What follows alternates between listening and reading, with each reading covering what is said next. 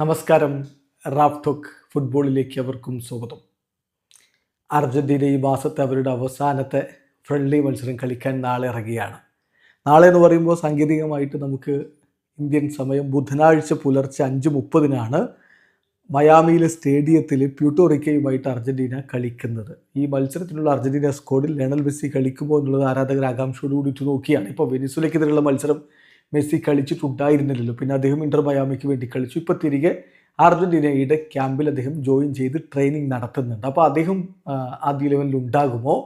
ആദ്യ ലെവലിൽ എന്തൊക്കെ മാറ്റങ്ങൾ ഉണ്ടാകും? സ്കലോനി കഴിഞ്ഞ ദിവസം പറഞ്ഞത് പല പുതിയ താരങ്ങൾക്കും അവസരം കൊടുക്കാൻ താൻ തീരുമാനിച്ചിട്ടുണ്ട്. ഏതാണ് അപ്പോൾ ലഭ്യമാകുന്ന വിവരങ്ങൾ നമ്മൾ നോക്കിയാണ്.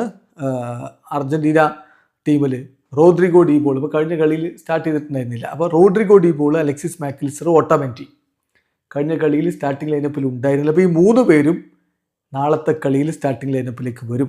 പിന്നെ Jose Manuel Lopez, Anibal Moreno, അതുപോലെ ലൗട്രോ റിവേറോ പുതിയ താരങ്ങളാണ്. ഈ താരങ്ങൾക്ക് അരങ്ങേറ്റത്തിനുള്ള അവസരം ലഭിക്കും. അതിൽ റിവേറോ ഫ്രം ദി ബെഞ്ച് ആയിരിക്കും, അതായത് റിവേറോ സബ്സ്റ്റിറ്റ്യൂട്ട് റോളിലായിരിക്കും. അതേസമയം അനിബാൾ മൊറേനോയും ഹോസെ മാനുവൽ ലോപ്പസും സ്റ്റാർട്ട് ചെയ്യും. പിന്നെ നിക്കോ പാസ് വേണോ ലിയോ മെസ്സി വേണോ, ആ കാര്യത്തിൽ ഇപ്പോൾ ഒരു തീരുമാനമായിട്ടില്ല.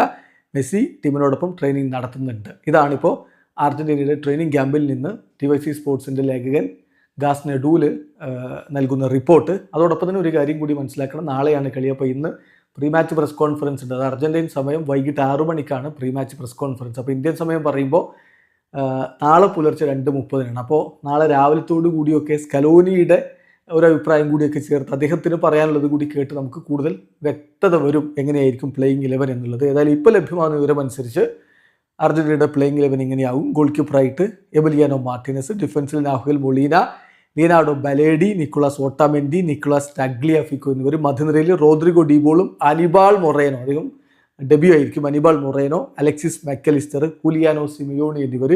മുന്നേറ്റത്തിൽ നിക്കോളാസ് പാസോ, ലിയോ മെസ്സിയോ, അക്കാര്യത്തിൽ തീരുമാനം വരേണ്ടതുണ്ട്.